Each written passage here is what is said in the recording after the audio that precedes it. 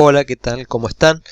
Hoy vamos a volver entonces a la unidad 3 para dar esta clase que es la clase 9, pero corresponde a la unidad 3 que ya estuvimos viendo, donde hablamos del nivel celular de organización, pero en este caso vamos a ver la segunda parte que es la de metabolismo, ¿sí? En donde vamos a ver los temas referidos a anabolismo y catabolismo, cómo se obtiene la energía de manera somera. Tampoco es que vamos a profundizar en el tema, ya que ustedes todavía, bueno, recién es la primera vez que están viendo estos temas.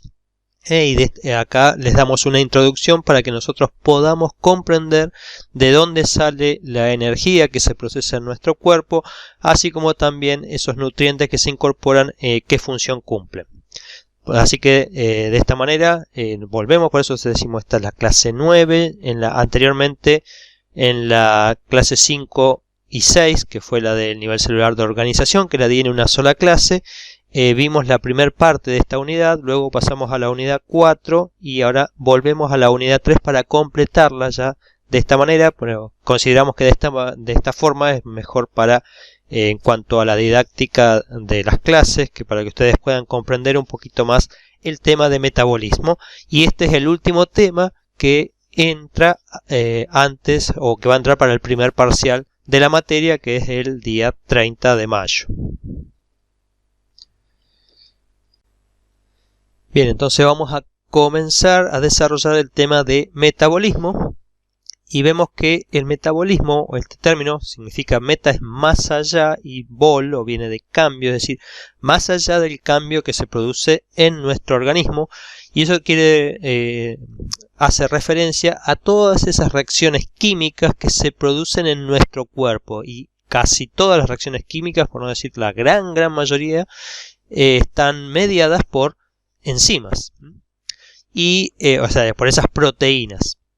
Entonces, el metabolismo se refiere a todos esos cambios que se producen en nuestro cuerpo una vez que nosotros hemos ingresado nutrientes, alimentos al mismo.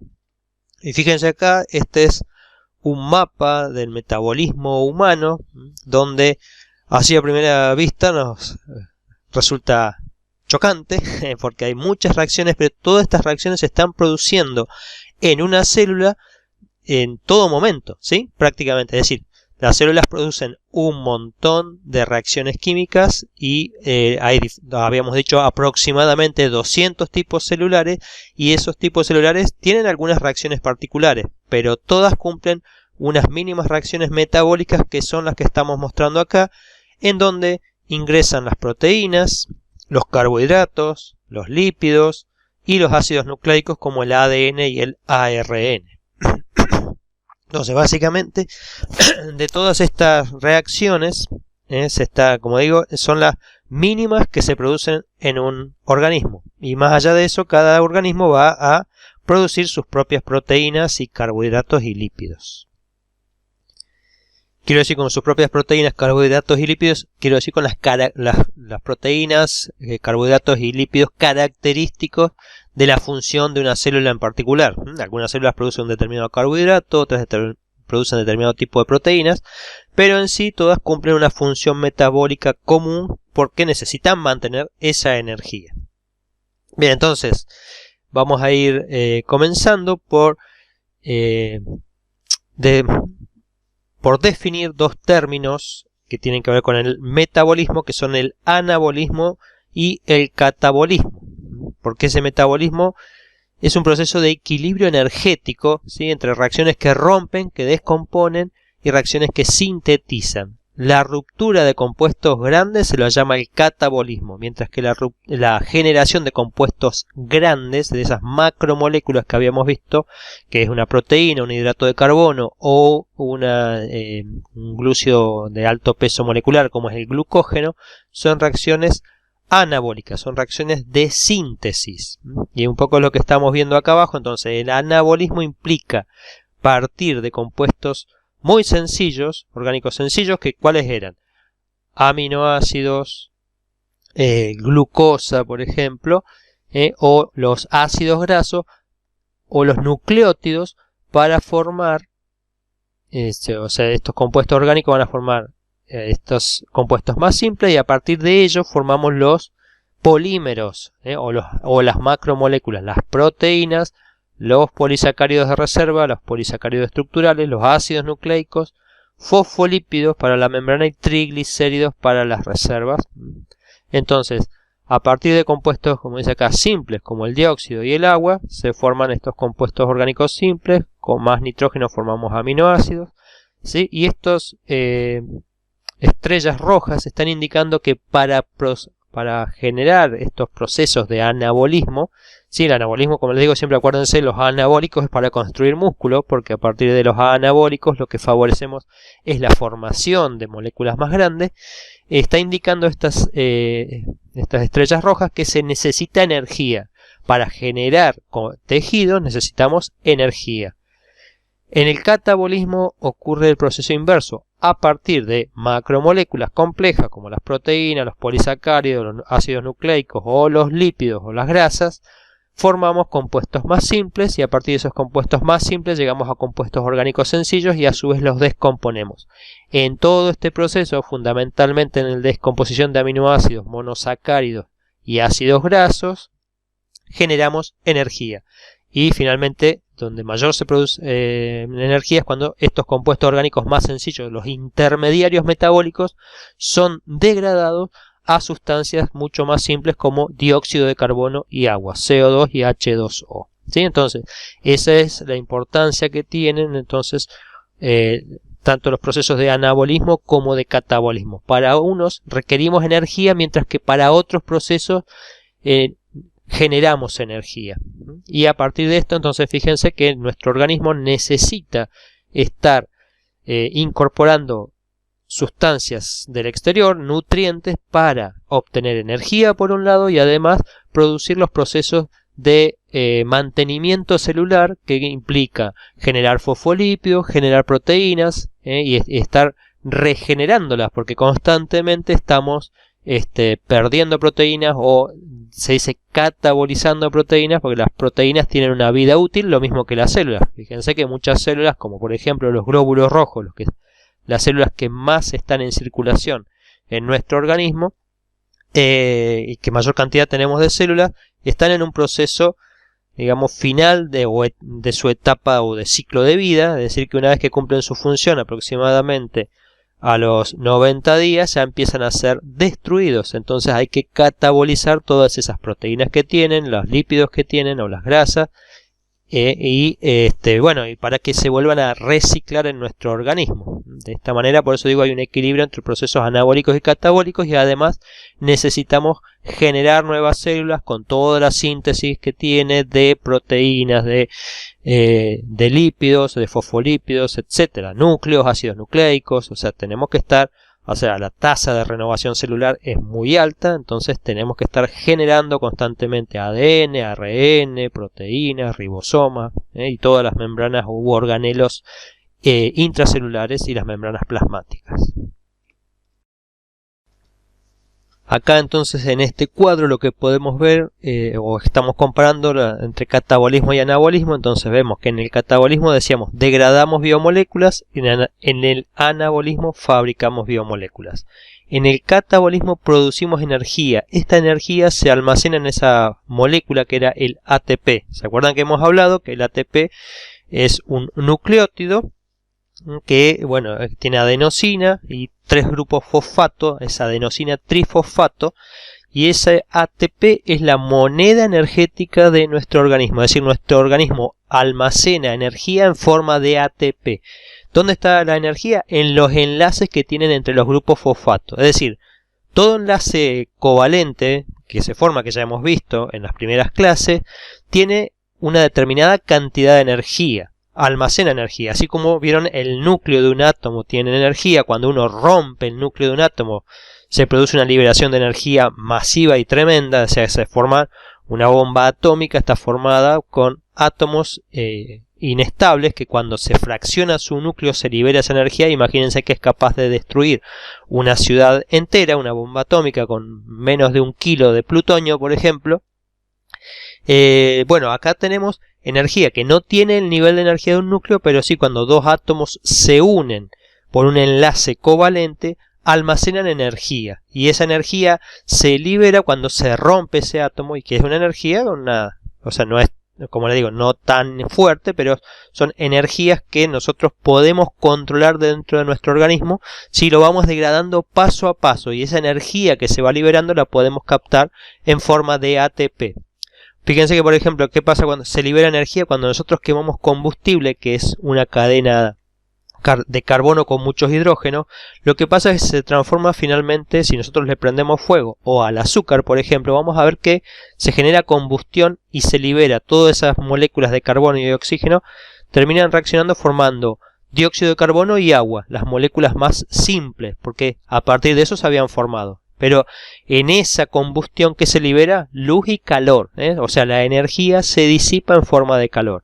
Bueno, en nuestro organismo nosotros esa energía la atrapamos a través de cuando se rompen las moléculas, se va a almacenar dentro de la molécula de ATP. Implica lo que se llama procesos de oxidación, que ahora lo vamos a ver un poquito mejor, pero siempre una oxidación implica perder átomos de hidrógeno, protones. Dentro de los ejemplos de catabolismo tenemos la glucólisis, el ciclo de Krebs y la cadena respiratoria, que también vamos a ir viendo ahora en la clase.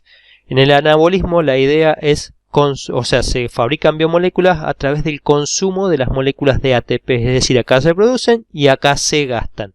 Implica procesos de reducción, es decir, implica aumentar la energía potencial que tiene una molécula, es decir, voy de moléculas simples a formar moléculas más complejas. Entonces, imagínense que para hacer eso necesito aportar energía. Es como, veíamos el ejemplo de una piedra que rueda cuesta abajo, va a favor de su energía potencial, es decir, le está disminuyendo la energía potencial. En cambio acá es ir a la en contra, es subir la piedra en contra de la cuesta, digamos, es decir, subir la piedra, llevarla a la parte superior de la cuesta, con lo cual aumento su energía potencial. Bueno, acá es lo mismo, es decir, si yo voy a fabricar una proteína a partir de aminoácidos, necesito incorporar energía porque la proteína tiene mucha mayor energía potencial que el aminoácido más simple. Ejemplo, síntesis de proteínas, síntesis de ácidos nucleicos y la de también de lípidos y de hidratos de carbono. Acá vemos entonces que en los procesos catabólicos y anabólicos el ATP es esa molécula es la que acopla, se dice, las reacciones anabólicas con las catabólicas, con las de destrucción o ruptura de los nutrientes que contienen energía, con la de las macromoléculas que a su vez se tienen que formar, ¿sí?, a partir de moléculas más simples. Acá abajo tenemos la molécula de ATP, que tiene la adenina, un azúcar, la ribosa y los 3 fosfatos, grupo fosfato, que generalmente cuando se rompe este fosfato, que tiene un enlace más débil pero tiene bastante energía, libera su energía para generar o para mover esos procesos anabólicos de nuestro organismo. Fíjense que los nutrientes que contienen energía son los carbohidratos, las grasas y las proteínas, que a través del catabolismo vamos a generar. Cuando se pierde un fosfato queda la molécula de ADP, o sea, el adenosina difosfato, con 2 fosfatos, que a través de los procesos catabólicos captura la energía para que sea fosforilado el ADP y se forma ATP. Y a su vez también hay procesos de oxidación, decíamos, la oxidación, que es la pérdida de hidrógenos. Si esos hidrógenos no quedan dando vueltas, sino que son captadas por moléculas transportadoras de esos grupos que se oxidaron, a su vez ellos se reducen, es decir, captan la energía de la oxidación, y esas moléculas es el NAD, el NADP y el FAT, que son nicotina adenina dinucleótido, ¿sí? Esta es nicotina adenina fosfato dinucleótido, ¿sí? Y la flavina adenina dinucleótido. Son moléculas que transportan esos compuestos que se oxidaron, que decimos protones. Generalmente también es una pérdida de electrones, y ganan estos electrones que van a ser transportados, ¿sí?, a través de las moléculas fíjense que el ADP se transforma en ATP y el NAD se reduce a NADH, el NADP a NADPH y el FAT a FATH2. Captan protones que se liberaron de estas, o que se liberaron, ¿sí? A través de la energía que se liberó, produciéndose una reducción de esos compuestos. O sea que estos compuestos ahora tienen mayor energía potencial, y esa energía que captaron durante el proceso catabólico es la que se va a utilizar para mover los procesos anabólicos de nuestro organismo.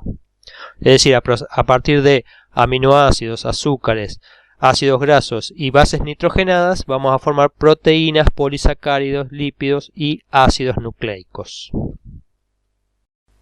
Bien, antes de analizar un poco lo que es el metabolismo, vamos a explicar cómo es que se transfiere esa energía. Hablábamos de el ATP, pero esta no es la única reacción donde se transfiere energía, sino que es una de las dos tipos de reacción que transfieren energía en nuestro organismo. Solo que el ATP tiene la ventaja de ser una molécula que no es que tenga una gran cantidad de energía, pero tiene más energía que el resto de las moléculas que se van a utilizar para sintetizar otros compuestos.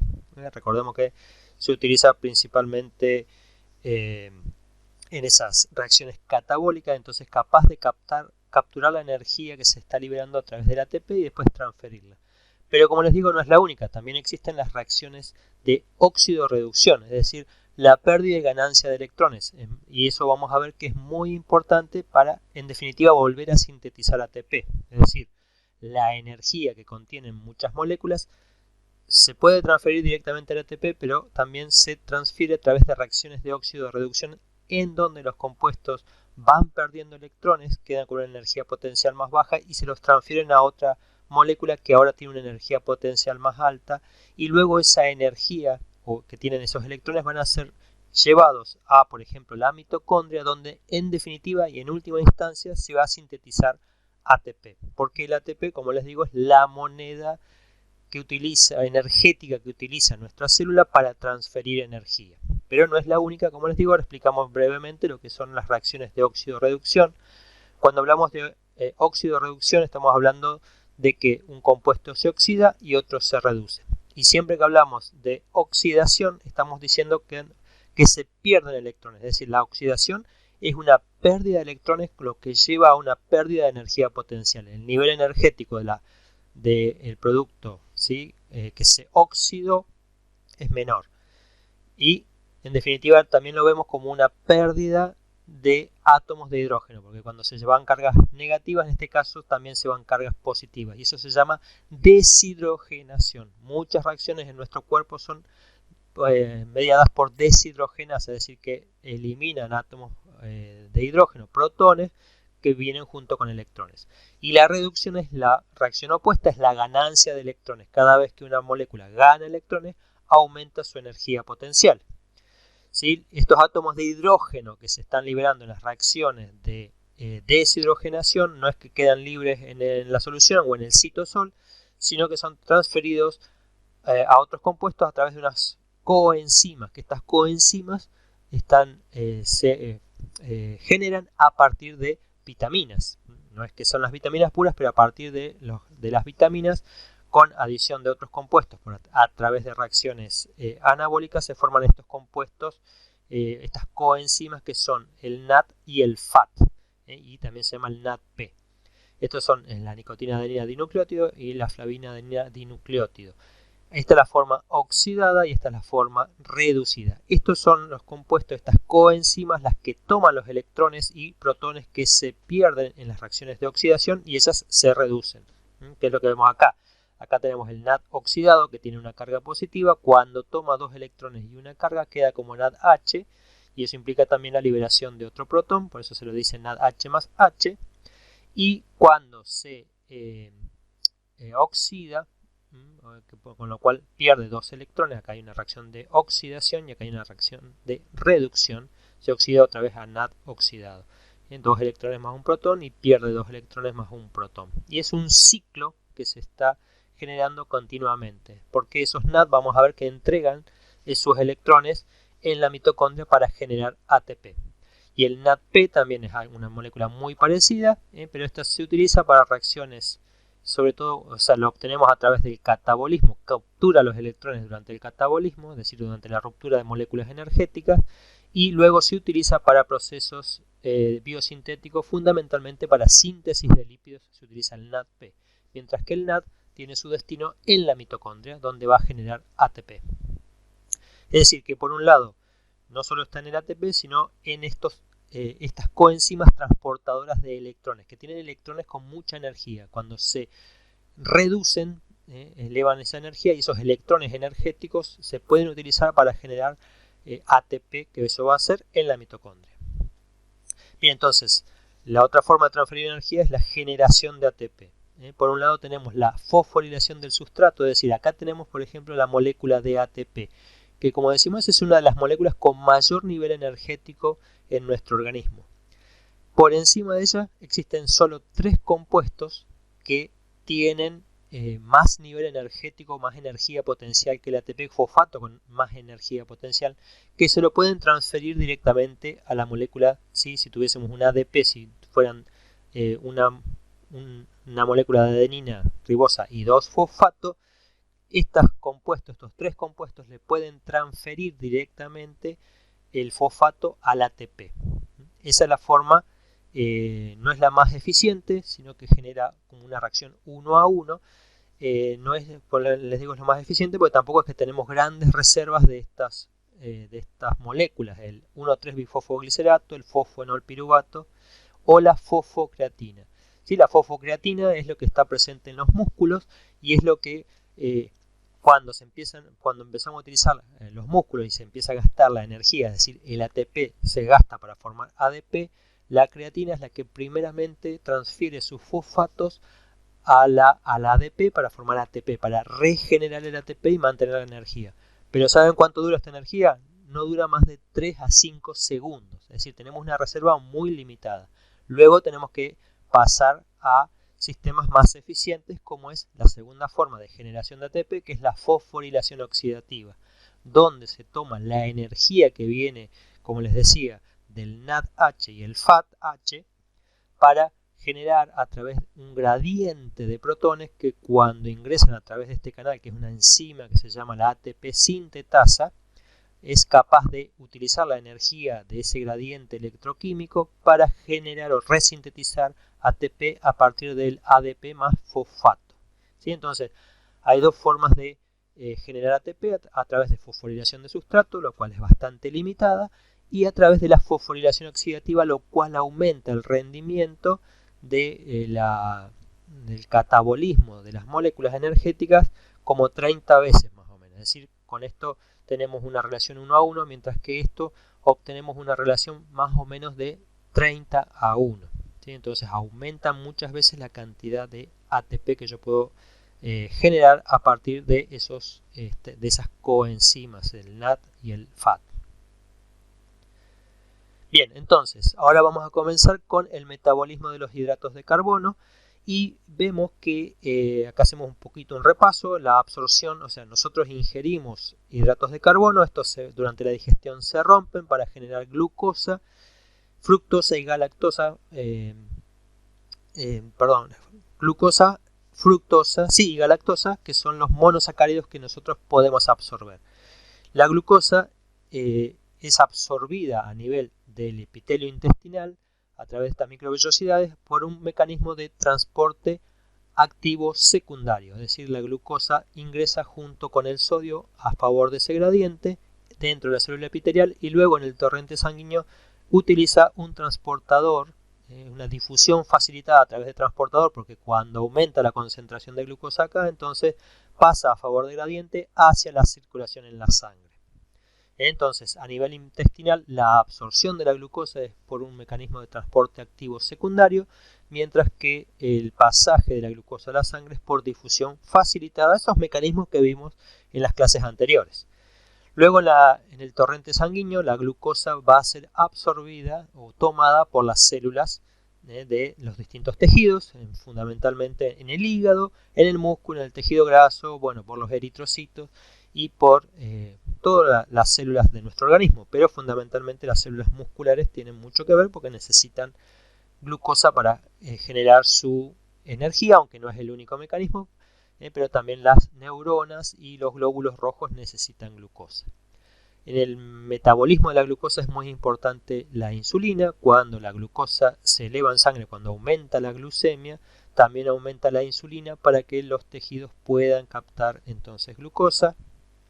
Para esto, bueno, este es un cotransportador, decíamos, este en cambio es una molécula transportadora que se la llama este transportador se llama GLUT. Existen varios tipos de moléculas GLUT de ese transportador, que en el músculo y en el tejido adiposo es el GLUT4, el subtipo 4 de estos GLUT, que son sensibles a la insulina, es decir, que cuando se libera insulina, esta va a actuar sobre las células del músculo y del tejido adiposo para hacer que este transportador GLUT4 se inserte en la membrana, y de esta manera el músculo y las células del tejido adiposo se vuelven permeables a la glucosa, entran por difusión facilitada. El hígado tiene este tipo de transportador, igual que en el intestino, el GLUT2, entonces que no son sensibles a la insulina, sino que siempre están presentes. Es decir, que el hígado en todo momento incorpora glucosa cuando la concentración de glucosa se eleva. Entonces, de esta manera va a ingresar glucosa a los distintos tejidos, y dentro de los tejidos esta glucosa va a ser utilizada. La primera reacción que ocurre con la glucosa es primeramente su fosforilación, es decir, se le incorpora un grupo fosfato para que no pueda salir de la célula, ¿sí? Porque si no, la glucosa podría volver a salir si aumentase la concentración dentro de la célula. Entonces, para evitar eso, se le agrega un grupo fosfato. Vamos a formar la glucosa 6-fosfato. Y entonces puede ocurrir que si necesitamos energía, la célula utilice esa glucosa, la catabolice, es decir, la rompa para generar energía. Es decir, la principal molécula energética dentro de nuestro cuerpo es la glucosa. Y ese proceso de ruptura de la glucosa para liberar su energía se la llama glucólisis, ¿sí? Y el producto final de la glucólisis que vemos acá es el ácido pirúvico. La glucosa es una molécula con 6 átomos de carbono que se va a romper en dos moléculas a través de procesos de oxidación, en dos moléculas de ácido pirúvico. Durante esa oxidación, la energía que se va liberando es capturada en forma, fíjense, de ATP. Se generan dos moléculas de ATP durante este proceso de glucólisis y dos moléculas de NADH más dos protones que van a ir luego a la mitocondria para entrar en esta cadena transportadora de electrones que se llama, ahora ya la vamos a ver. ¿Sí? Entonces, ¿cuál es el destino final de la glucosa? Es entrar en glucólisis cuando necesitamos energía para formar dos moléculas de ácido pirúvico. Si el tejido tiene oxígeno, entonces ahora va a continuar la ruptura de esas moléculas para liberar más energía que todavía tienen. Es decir, el ácido pirúvico es una molécula todavía con bastante energía, y entonces la podemos utilizar. Cabe destacar que bueno, la glucólisis es una reacción, o sea, es una vía metabólica que tiene 10 procesos o 10 reacciones enzimáticas en el medio, en la cual poco a poco se va rompiendo la molécula para ir liberando la energía de a poco. Como les digo, no se puede romper una molécula para formar ácido pirúvico directamente porque liberaría una cantidad de energía que la célula no puede captar, ¿sí? La energía se va liberando de a poco, se van rompiendo los enlaces para ir tomando esa energía de manera gradual, ¿sí? Van disminuyendo su energía potencial poco a poco, pero es como ir bajando una piedra de la colina de a poquito, ¿vale? Pero a su vez cada vez que baja disminuye su energía potencial. Bien, entonces una vez que formamos las dos moléculas de ácido pirúvico, este ahora tiene que ser utilizado para entrar en lo que es el ciclo de Krebs, la siguiente formación, la siguiente etapa, digo, de la obtención de la energía. Sí, entonces bueno, ahora después vamos a seguir viendo lo que es la formación. El ácido pirúvico tiene que formar esta molécula que es la acetilcoenzima A, una molécula clave en los procesos metabólicos para entrar en el ciclo de Krebs y a partir del ciclo de Krebs se van a obtener más ATP y más equivalentes reductores de estos NADH y FADH que luego tienen que ir a la cadena transportadora de electrones donde se produce la fosforilación oxidativa o cadena respiratoria. Este es el proceso de la respiración celular, es decir, las células acá fíjense que se dice respiran porque utilizan oxígeno y esta es casi la única reacción donde el oxígeno se utiliza y fíjense que se forma agua, esta es agua metabólica, es decir, nuestro organismo produce agua a través de la reducción de las moléculas de oxígeno que son las que incorporamos a través de la respiración, es decir que el oxígeno que nosotros respiramos y que va a nuestros tejidos es finalmente utilizado en este proceso de obtención de energía. Es importante que veamos que acá en la etapa de la glucólisis producimos 2 moléculas de ATP y en la deformación de acetilcoenzima A también producimos 2 moléculas de ATP.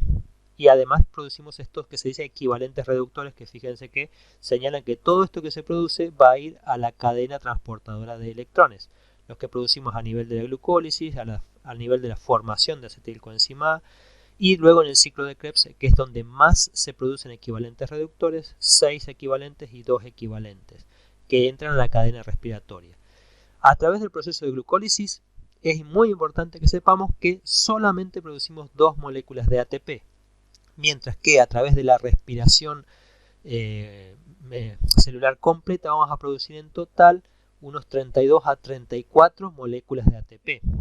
¿Y por qué digo esto? Porque las moléculas, la glucólisis se va a producir principalmente cuando no haya oxígeno. ¿Sí? ¿Por qué? Porque si no hay oxígeno, esta etapa no se puede producir.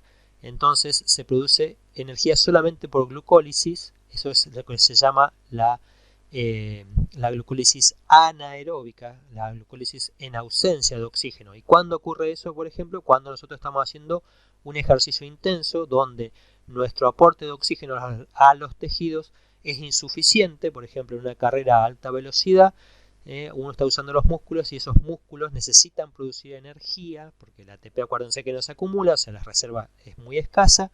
Entonces, ¿qué va a pasar? ¿Sí? Como no hay suficiente aporte de oxígeno, esta cadena transportadora no puede funcionar y solo podemos obtener energía a través de la glucólisis, de la oxidación de la glucosa para formar ácido pirúvico, pero solamente rinde 2 ATP. Y con eso se acumula ácido láctico, ya que se acumulan también los NADH y estos tienen que ser nuevamente oxidados para que siga funcionando esta cadena y de esta manera lo que se transforma es el ácido pirúvico, en vez de entrar acá y transformarse en acetilcoenzima A, se transforma en ácido láctico. Eso ocurre cuando no hay oxígeno o aporte suficiente de oxígeno a los tejidos. Ahora, si el aporte de oxígeno es suficiente, el metabolismo o catabolismo de la glucosa va a proseguir hasta su degradación completa, en la cual se va a liberar como dióxido de carbono y agua todos los procesos. Fíjense que acá se libera dióxido de carbono y dióxido de carbono. ¿Sí? En todos estos procesos, entonces, en esa generación o ruptura total de la molécula de glucosa, se van liberando las moléculas de dióxido de carbono y de agua. ¿Sí? Que son las formas más oxidadas que podemos tener de esa molécula y bueno, estos son gases que se van a liberar y se intercambian con el oxígeno a nivel respiratorio. Y el producto final también es el agua. Entonces el agua también se genera, nosotros tenemos una generación endógena de agua en nuestro organismo.